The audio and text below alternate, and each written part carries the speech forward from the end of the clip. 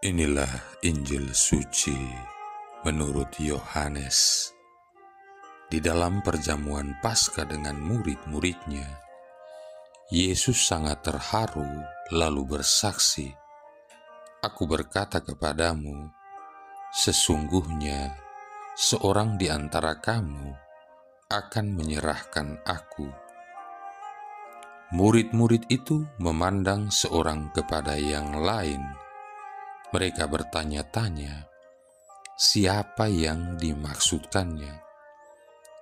Seorang di antara murid-murid Yesus, yaitu murid yang dikasihinya, bersandar dekat kepadanya di sebelah kanannya.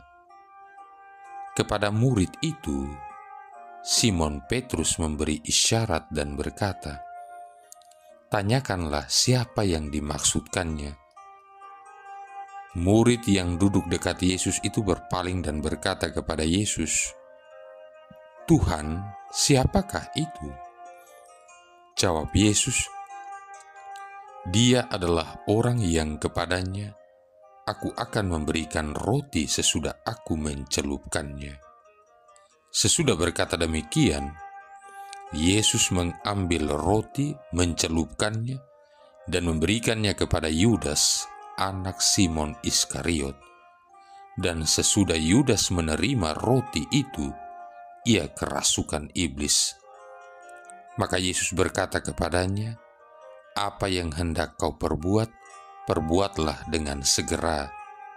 Tetapi tidak ada seorang pun dari antara mereka yang duduk makan itu mengerti apa maksud Yesus mengatakan itu kepada Yudas.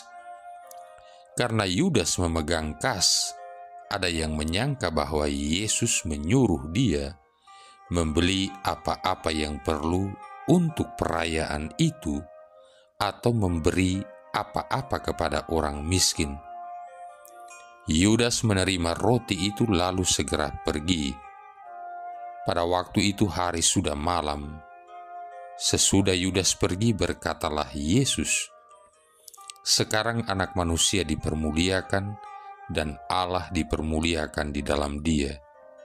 Jikalau Allah dipermuliakan di dalam Dia, Allah akan mempermuliakan Dia juga di dalam dirinya dan akan mempermuliakan Dia dengan segera. Hai anak-anakku, tinggal sedikit waktu saja aku bersama kamu. Kamu akan mencari aku, dan seperti telah kukatakan kepada orang-orang Yahudi, ke tempat aku pergi, tidak mungkin kamu datang. Demikian pula aku mengatakannya sekarang kepada kamu." Simon Petrus berkata kepada Yesus, "Tuhan, kemanakah engkau pergi?"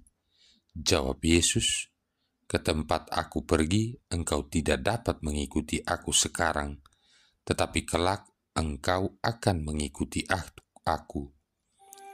Kata Petrus kepadanya, "Tuhan, mengapa aku tidak dapat mengikuti engkau sekarang? Aku akan memberikan nyawaku bagimu." Sahut Yesus, "Nyawamu akan kau berikan bagiku? Sesungguhnya aku berkata kepadamu, sebelum ayam berkokok, engkau akan menyangkal aku 3 kali." Demikianlah sabda Tuhan. Saudara-saudari yang terkasih, pernyataan spontan dari Petrus, "Aku akan memberikan nyawaku bagimu," terdengar sebagai suara seorang murid yang gagah berani, yang siap setiap saat untuk membela gurunya. Namun pada kenyataannya, seruan Petrus itu menjadi salah satu bualan yang paling memedihkan sepanjang sejarah umat manusia. Saat kita merenungkan sejenak pernyataan Petrus ini, kita pasti akan bertanya, apa sebenarnya yang ada dalam pikiran Petrus pada saat itu? Namun pada kenyataannya, hal-hal seperti ini terjadi juga di sepanjang masa. Sejak awal sejarah manusia, ketika Adam dan Hawa memilih untuk memakan buah dari pohon pengetahuan, bukannya dari pohon kehidupan Allah, maka kesombongan dan kemandirian telah menjadi aspek kejatuhan kita manusia ke dalam dosa. Namun lagi dan lagi, Allah selalu mengundang kita untuk menyingkirkan agenda-agenda kita sendiri dan membiarkan diri kita dipenuhi dengan hikmat-Nya. Tetapi lagi dan lagi kita juga cenderung untuk berpikir bahwa kita dapat melakukan segala sesuatu dengan baik dengan kekuatan manusiawi kita sendiri, oke-oke saja, dengan segala sumber daya yang kita miliki sendiri.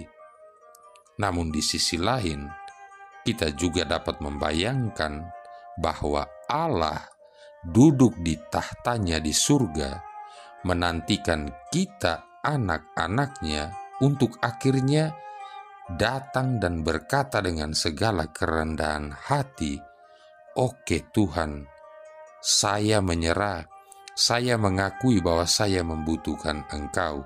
Datanglah dan penuhilah diri saya dengan rahmat dan kuat kuasa-Mu." Saudara-saudari yang terkasih, salah satu dari pernyataan-pernyataan Yesus yang pertama di depan publik adalah bahwa Dia tidak datang untuk menyembuhkan orang sehat, melainkan orang sakit. Markus bab 2 ayat 17.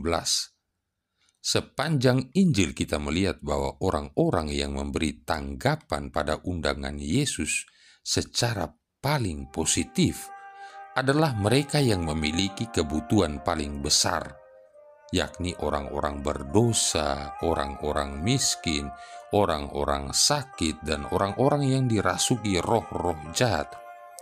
Sedangkan orang-orang yang berkecukupan, yang mandiri atau berdikari dalam arti self-sufficient, atau mereka yang berpikir bahwa mereka telah memiliki segalanya untuk memecahkan masalah mereka, tidak mempunyai ruang dalam hati mereka untuk sabda dan ajaran Yesus.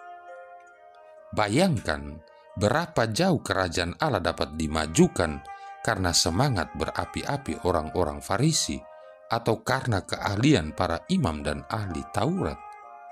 Sayang, semuanya itu tidak pernah terjadi karena para pemuka agama Yahudi itu luput melihat privilese terbesar yang dapat diperoleh seorang pribadi manusia, yakni melayani Tuhan dengan kuat kuasa Roh Kudus sendiri. Saudara-saudari yang terkasih, lantas bagaimanakah dengan kita, dengan Anda dan saya? Adakah ruangan dalam hati kita yang tersedia bagi Yesus, bagi sabda dan ajarannya? Cukup besarkah ruangan yang tersedia dalam hati kita bagi Tuhan? Cukup rendah hatikah kita untuk bertobat dan pulang kembali kepadanya? Janganlah kita seperti Petrus yang mengatakan kepada Tuhan bahwa kita mempunyai segala sumber daya yang kita perlukan untuk melayani Dia. Akuilah dan terimalah kenyataan bahwa kita masing-masing memerlukan rahmat dan kuat kuasa Yesus dalam kehidupan kita. Perhatikanlah dan rasakanlah ketika Dia mencurahkan kuat kuasa Roh Kudus ke dalam diri kita, Roh yang membawa sukacita dan damai sejahtera. Tidak ada apa atau siapapun di dunia ini yang mampu memberikan kepada kita kuat kuasa seperti itu. Saudara-saudari yang terkasih, seorang istri menggerutu sambil membersihkan kaca meja. Katanya, "Bagaimana semuanya bisa kotor secepat ini, padahal baru sehari yang lalu saya membersihkannya?" Tetapi suaminya menjawab, "Pembersihan adalah sebuah cara hidup, bukan suatu peristiwa. Sang istri tahu perkataan suaminya itu benar, tetapi dia jengkel untuk mengakuinya. Ia ingin membersihkan rumah satu kali saja dan ingin agar rumah tetap bersih. Tetapi rupanya kotoran tidak mudah menyerah begitu saja. Butir demi butir debu kembali membuat rumah menjadi kotor. Sedikit demi sedikit noda pun bertumpuk.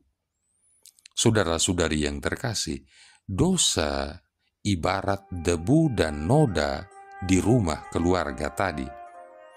Kita ingin memusnahkannya dengan sekali berdoa untuk mengakui dosa dan bertobat. Tetapi dosa tidak menyerah semudah itu. Perilaku buruk kembali merasuki pikiran demi pikiran kita. Pilihan demi pilihan yang kita ambil menghasilkan tumpukan berbagai konsekuensi yang tidak menyenangkan. Rasul Paulus berkata kepada jemaat di Kolose untuk membuang marah, geram, kejahatan, fitnah, dan kata-kata kotor. Kolose bab 3 ayat 8. Lalu ia juga mengingatkan jemaat di Efesus, apabila kamu menjadi marah, janganlah kamu berbuat dosa. Janganlah matahari terbenam sebelum padam amarahmu. Efesus bab 4 ayat 26. Kematian dan kebangkitan Kristus memang menghilangkan kewajiban untuk mempersembahkan korban setiap hari. Tetapi pengakuan dosa dan pertobatan masih diperlukan dalam kehidupan orang-orang Kristiani setiap hari. Menyingkirkan hal-hal seperti amarah, kegeraman, iri hati, benci, dendam, pikiran kotor, dan kejahatan adalah cara hidup, bukan peristiwa yang hanya terjadi satu kali. Marilah berdoa. Allah Bapa yang kekal dan kuasa, perkenankanlah kami memperingati sengsara Kristus dengan sepantasnya, agar kami memperoleh pengampunan atas dosa kesalahan kami. Dengan pengantaran Yesus Kristus Putramu Tuhan kami, yang bersama dengan Dikau dalam persatuan Roh Kudus hidup dan berkuasa, satu Allah sepanjang segala masa. Tuhan memberkati kita sekalian, Bapa, Putra, dan Roh Kudus.